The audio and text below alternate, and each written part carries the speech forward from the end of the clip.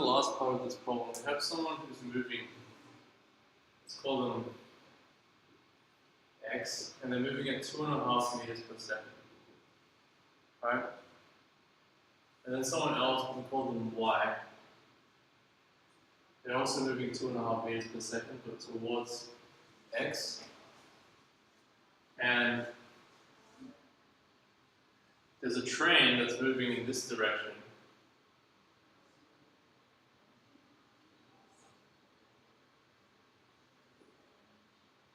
At 5 meters per second. Okay, and it tells you that the train, after passing x, takes 32 seconds to reach y, and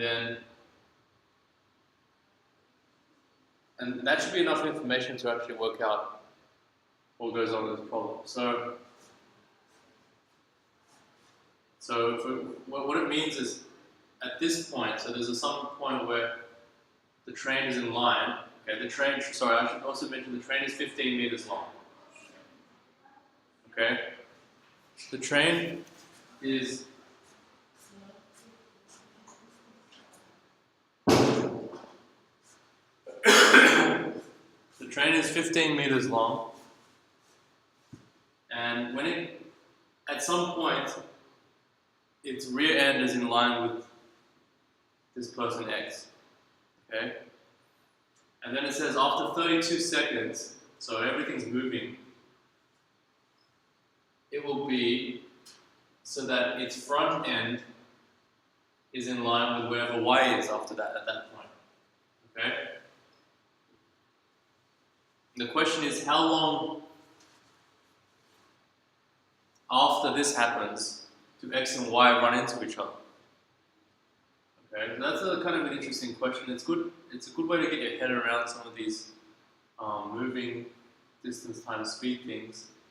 So one way to do this problem is to get an idea of how far, so we can basically pretend the situation started at this point, okay, because we don't know what the distances are anyway, and from this point we just need to measure how long it takes for x and y to meet each other, and then we'll subtract 32 seconds from it, and then we'll know how much it's after it gets to there. So taking 32 seconds to get from here to there tells you sort of how far they are apart, but not not completely directly, so you have to unpackage some things.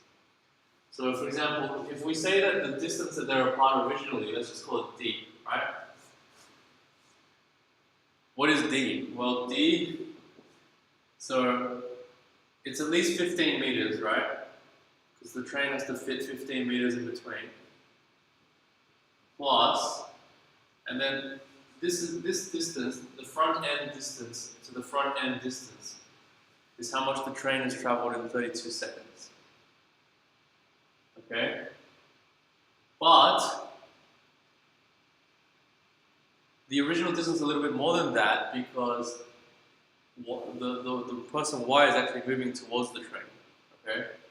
So you have the distance that the train travels in 32 seconds, which is 32 times 5. Right?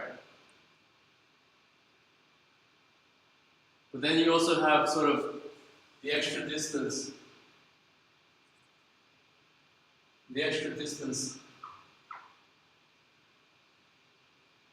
that y moved to meet the train, right? And that extra distance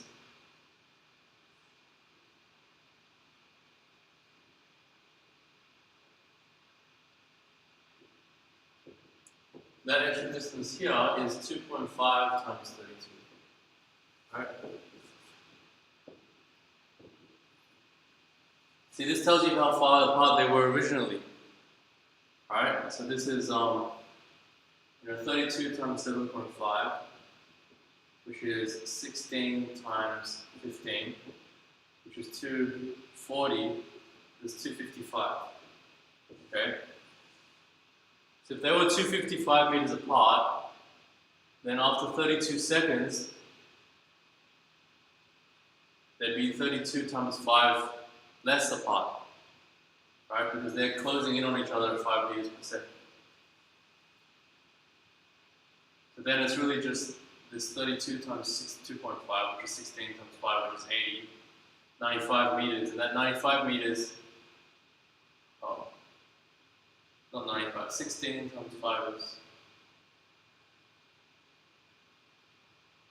right, so yeah, so that 95 meters will take 19 extra seconds to do, okay?